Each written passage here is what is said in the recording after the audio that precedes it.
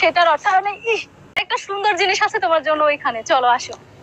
দর্শক আসেন, দেখাই কি সেই সুন্দর জিনিস। আসলে ওর প্রতি মায়া হয় না এরকম দর্শক আমার একটাও নাই। মানে ওকে এত পরিমাণ মানুষ ভালোবেসেছে, আমি সত্যি অবাক হয়ে গেছি।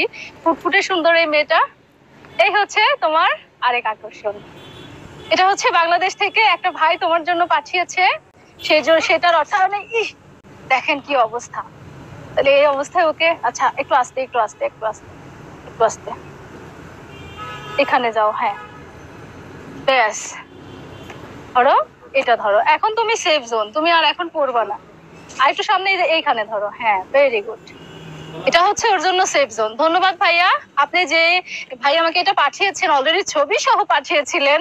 মানে এতটাই ভালোবাসে যে ওর জন্য কি পারফেক্ট হবে ওটা উনি ভেবেই কিন্তু এটা পাঠাইছিল। থ্যাংক ইউ সো মাচ ভাইয়া আপনাকে এটা পাঠানোর জন্য। জান্নাতি, তোমাকে যে এত মানুষ ভালোবাসে তুমি তাদেরকে কি বলবা? ধন্যবাদ।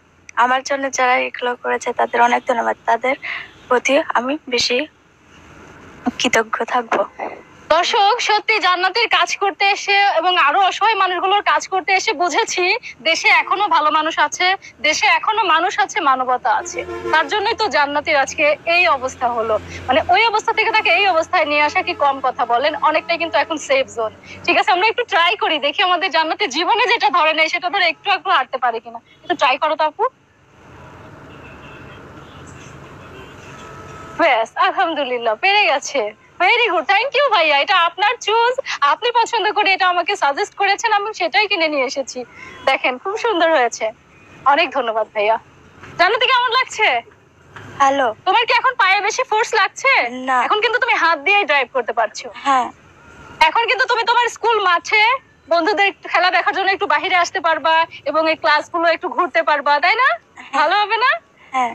তো দর্শক আসুন মানুষের মানবতার স্বার্থে এগিয়ে আসি। এটাই কিন্তু শেষ না, আরো কিছু চমক অপেক্ষা করছে, একটু দাঁড়ান। আসলে ফুটফুটে এই বোনটাকে দেখলে যে কারোরই মায়া পড়ে যায়। দেখেন কি সুন্দর। অনেকেই তো বলেছে যে ওর যদি পেপারস পত্র রেডি হয়ে যায়, ও যদি একটু গ্রাজুয়েট হয়ে যায় তাহলে ওর চাকরির ব্যবস্থা হয়ে যাবে ইনশাআল্লাহ। আমি জানি হয়ে যাবে।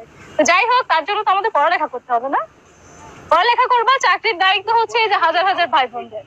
আচ্ছা, তোমার পড়ালেখার জন্য কিন্তু আরো কিছু নিয়ে আসছি, সেটা হচ্ছে চমক দেখাবো। আর এই যে দেখো আমার হাতে, এগুলো তোমার জন্যই। ঠিক আছে, চলো আসো, দেখে দেখে সাবধানে। হ্যাঁ, প্রথম প্রথম ট্রাই করছে তো দর্শক, সাথেই থাকেন। আরো নতুন নতুন আকর্ষণ দেখার জন্য আশা করছি আমাদের সাথে থাকছে।